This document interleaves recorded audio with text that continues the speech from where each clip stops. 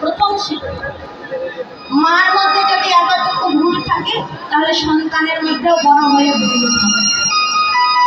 তাহলে মাগো, সন্তান একটু বড় হতে কি না হতে, আচ্ছা ওই সন্তানের গলাতে একটি তুলসীর মালা দিয়ে দেওয়া যায়। তুলসীর মালাটা কি খুব ভারী, খুব বোঝা? স্বর্ণের মালা তো যখন জন্ম হয় তারপরেই দিয়ে দেওয়া যায়।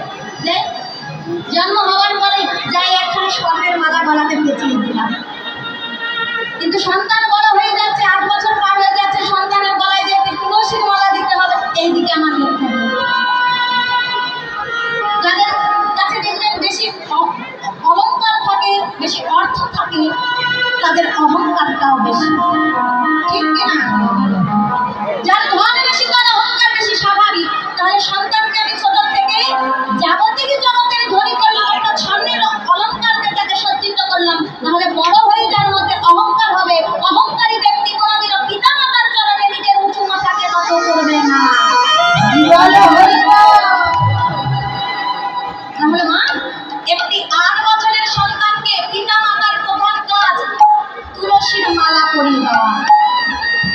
সন্তানটির যখন 12 বছর বয়স হবে, সন্তানটিকে কৃষ্ণ নামে দীক্ষা গ্রহণ করিয়ে নিয়ে দেওয়া দরকার। কেন? দীক্ষা গ্রহণ করালে কি এটা খুব ভারী বোঝা কাজ যে পিঠে সবসময় একটু বোঝা চাপিয়ে নিয়ে বেড়াতে হবে? নাকি কি করতে হবে?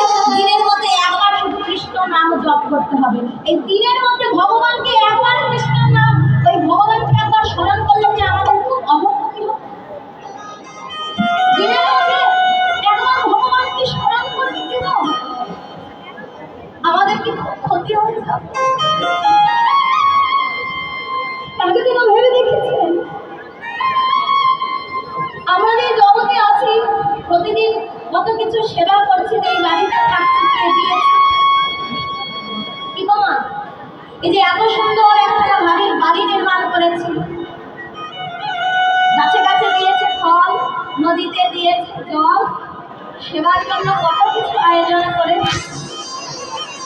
কিন্তু একদিনও কি মন্দিরে ফুলের ডালাখানা নিয়ে গিয়ে বলেছেন, হ্যাঁ ভগবান আমি তো পেট ভরে খাবার খেয়ে এলাম, কিন্তু সারাদিন থেকে তুমি কিছু খেয়েছো?